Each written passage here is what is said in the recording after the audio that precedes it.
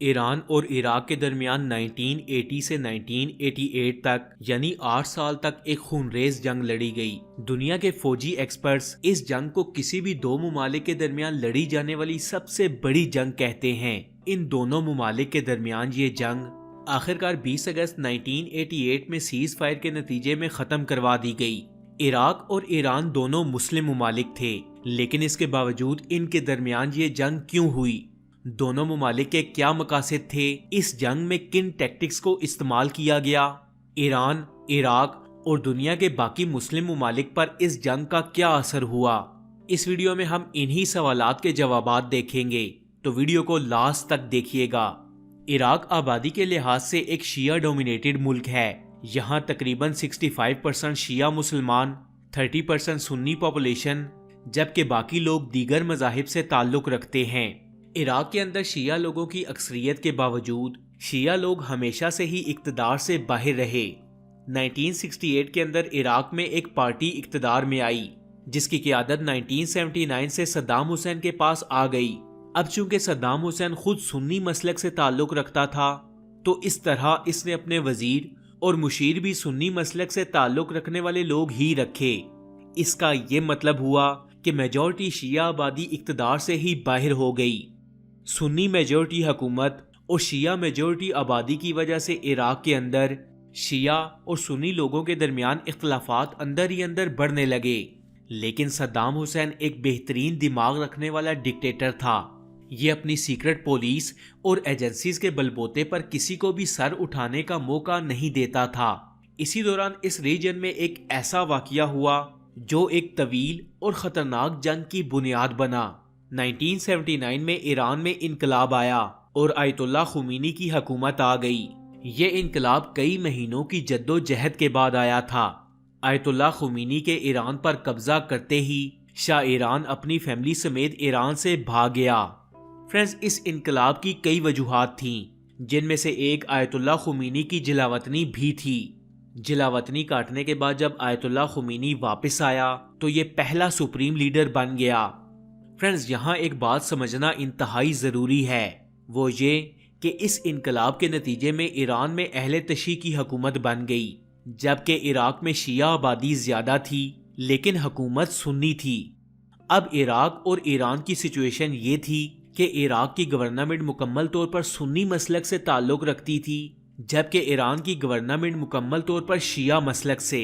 Iran में इनकलाब आने के बाद ईरान के शिया लोग अब इराक में भी ऐसा ही एक इनकलाब चाहते थे ताकि इराक पर भी शिया हुकूमत हो। लेकिन दूसरी जानिब सद्दाम हुसैन था जिसे मात देना इंतहाई मुश्किल था और सद्दाम हुसैन ईरान की हर चाल को नाकाम बनाने के लिए तैयार था। इराक ईरान बॉर्डर पर अक्सर छोटी मोटी झड़पें चलती रहती थीं, लेकिन 22 सितंबर 1980 को सद्दाम हुसैन की क़यादत में इराकी आर्मी ने ईरान पर बाज़ाब्ता तौर पर हमला कर दिया। सद्दाम हुसैन का मकसद ईरान को इराक में मौजूद शिया सुन्नी इख्तलाफात को मजीद एक्सप्लॉइट या ख़राब करने से रोकना था।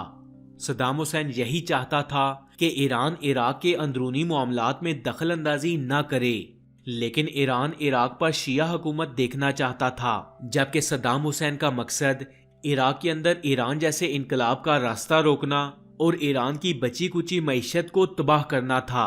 इन अनस्टेटेड मकासद के साथ साथ सद्दाम हुसैन ने ईरान से कुछ मुतालबे भी किए, जिनमें से कुछ अहम मुतालबात ये थे।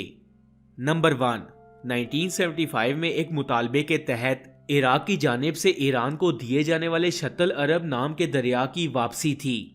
नंबर 2, ईरान के सरहदी इलाके खुजिस्तान, जो कि इस खित्ते का सबसे ज्यादा तेल पैदा करता था, इसका रेफरेंडम, यानी इसके लोग अगर इराक के साथ जाना चाहें तो इन्हें रोका ना जाए।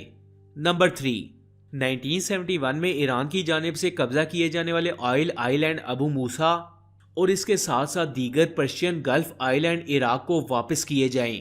इन मुतालबात के अलावा कई और मुतालबे भी थे जो कि सद्दाम हुसैन ने ईरान से किए, लेकिन ईरान को ये मुतालबे हरगिज मंजूर नहीं थे, लिहाजा ईरान ने साफ इनकार कर दिया और यूं ईरान और इराक बाज़ाब्ता तौर पर आमने सामने आन खड़े हुए और इनकी जंग शुरू हो गई। फिर सितंबर 1980 में इराकी आर्मी ने खुजिस्तान के एक सूबे पर हमला कर दिया कुछ इब्तदाई कामयाबी के बाद इराकी फौज ने अबादान के एक अहम ऑयल रिफाइनरी स्टेशन पर कब्जा करने की कोशिश की, लेकिन ये कोशिश बुरी तरह नाकाम हो गई क्योंकि ईरान की आर्मी ने इराकी आर्मी को एक जबरदस्त किस्म का सरप्राइजिंग जवाब दिया था और इराक की आर्मी के कदम उखाड़कर इन्हें पीछे धकेल दिया। जुलाई के अंदर ईरानी आर्मी ने इराक के शहर बसरा पर हमला कर दिया, लेकिन इराकी फौज अपने मुल्क के दिफा में इंतहाई माहिर थी और ये जंगी टैक्टिक्स से बखूबी वाकिफ थे। फ्रेंड्स, इराक ने इस शहर के करीब खंदकें खोद रखी थीं और रिपोर्ट्स के मुताबिक वर्ल्ड वार 1 के बाद दुनिया की दूसरी सबसे बड़ी खंदकों की जंग बसरा में लड़ी गई। लेकिन कई दिन की लड़ाई के बाद न तो ईरान फौज आगे बढ़ सकी और न ही इराकी फौज ईरानी फौज को पीछे धकेल सकी। फ्रेंड्स, इस जंग के दौरान सोल्जर्स की कमी के बायस ईरान अपने मुल्क के नाबालिग बच्चों को भी बिना किसी ट्रेनिंग के जंग के मैदान में लाता रहा। कुछ रिपोर्ट्स के मुताबिक ये भी कहा जाता रहा कि इन नौजवान लड़कों को गलियों और सड़कों से जबरदस्ती उठा लिया जाता और मैदान जंग में बंदूक पकड़ाकर खड़ा कर दिया जाता था, जहां इनका सामना एडवांस इराकी फौज और जदीद जंगी हथियारों और एयरफोर्स से था। इसके नतीजे में हजारों नौजवान लड़के मारे गए। ये जंग फिजाई अटैक्स, एक दूसरे के शहरों पर मिसाइल हमलों और बॉर्डर पर 5 सालों तक चलती रही। 1987 में ह्यूमन सिक्योरिटी काउंसिल ने नोटिस लेते हुए दोनों ममालिक से जंग बंदी का मुतालबा किया। इराक ने यह मुतालबा मान लिया, लेकिन ईरान सीज फायर के लिए अभी भी तैयार नहीं था। 1988 के आगाज में ईरान ने इराकी कुर्द शिया लोगों से मिलकर इराक के किरकुक शहर पर जबरदस्त किस्म का हमला कर दिया और फिर इस हमले का जवाब इराक ने केमिकल हथियारों से दिया, जिसके नतीजे में किरकुक शहर के अंदर 5000 कुर्द लोग मारे गए।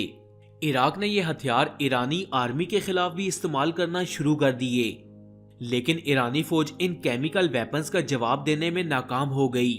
नतीजा ये निकला कि इराक ने कई ईरानी शहरों पर कब्जा कर लिया। अब जंग का नतीजा वाज़िया तौर पर इराक के पलड़े में गिर चुका था। इसी साल अमेरिकी फौज एक ईरानी मुसाफिर जहाज को एक जंगी जहाज समझकर गिरा देती है, जिससे तकरीबन 300 ईरानी लोग अपनी जान से हाथ धो बैठे। इस हादसे के बाद ईरान को मजीद सिविलियन लोगों की मौत बर्दाश्त नहीं थी, लिहाजा ईरान ने हथियार डालते हुए यूएन रेजोल्यूशन 598 पर साइन कर दिए और 20 अगस्त 1988 को दोनों ममालिक के दरमियान सीज फायर के नतीजे में ये जंग खत्म हो गई। इस जंग के नतीजे में दोनों ममालिक के लाखों लोग मारे गए। एक अंदाजे के मुताबिक मरने वाले लोगों की तादाद तकरीबन 10 लाख के करीब थी, जिनमें 3 लाख इराकी और 7 लाख ईरानी शहरी शामिल थे। फ्रेंड्स, इन जंगों में केमिकल हथियारों को इस्तेमाल करने की इजाजत नहीं थी, लेकिन जब इराकी कुर्द लोगों ने ईरान के साथ मिलकर किरकुक पर हमला किया तो इराकी फौज ने खुलकर केमिकल वेपन्स का इस्तेमाल किया और फिर बॉर्डर पर भी सद्दाम हुसैन ने खुलकर केमिकल हथियारों का इस्तेमाल करवाया।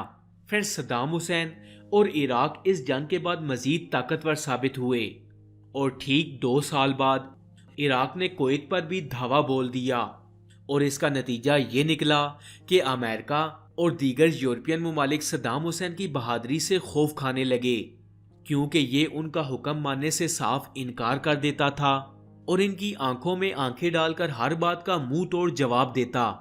और फिर इन्हीं ममालिक ने मिलकर सद्दाम हुसैन के साथ क्या किया, इस टॉपिक पर मैं ऑलरेडी वीडियो बना चुका हूँ, इसे जरूर देखिएगा। खैर, ईरान के बाद इराक कुवैत पर चढ़ दौड़ा और सिर्फ 2 दिन के अंदर इराक ने पूरे कुवैत पर कब्जा कर लिया। सिर्फ कुवैत पर नहीं, बल्कि कुवैत में मौजूद तमाम तेल के कुएं भी अब सद्दाम हुसैन के कब्जे में थे। फ्रेंड्स, इराक और कुवैत वार पर भी मैं ऑलरेडी एक तफसीली वीडियो बना चुका हूँ। मिडिल ईस्ट के बाकी मुस्लिम ममालिक भी इस खौफ में थे कि सद्दाम हुसैन कहीं उन पर भी हमला ना कर दे, और अमेरिका को ये डर था कि अगर सद्दाम हुसैन ने अपने साथ मौजूद बाकी तमाम मुस्लिम ममालिक को साथ मिला लिया तो अमेरिका और इसके बाकी इत्तहादी ममालिक के लिए तेल बस एक ख्वाब बनकर रह जाएगा। लिहाजा प्लान्स बनाए गए और सद्दाम हुसैन को तख्ता-ए-दार पर लाकर खड़ा कर दिया गया। और इसके बाद क्या हुआ, इराक का आज क्या हाल है, इस सब से तो आप यकीनन वाकिफ ही होंगे।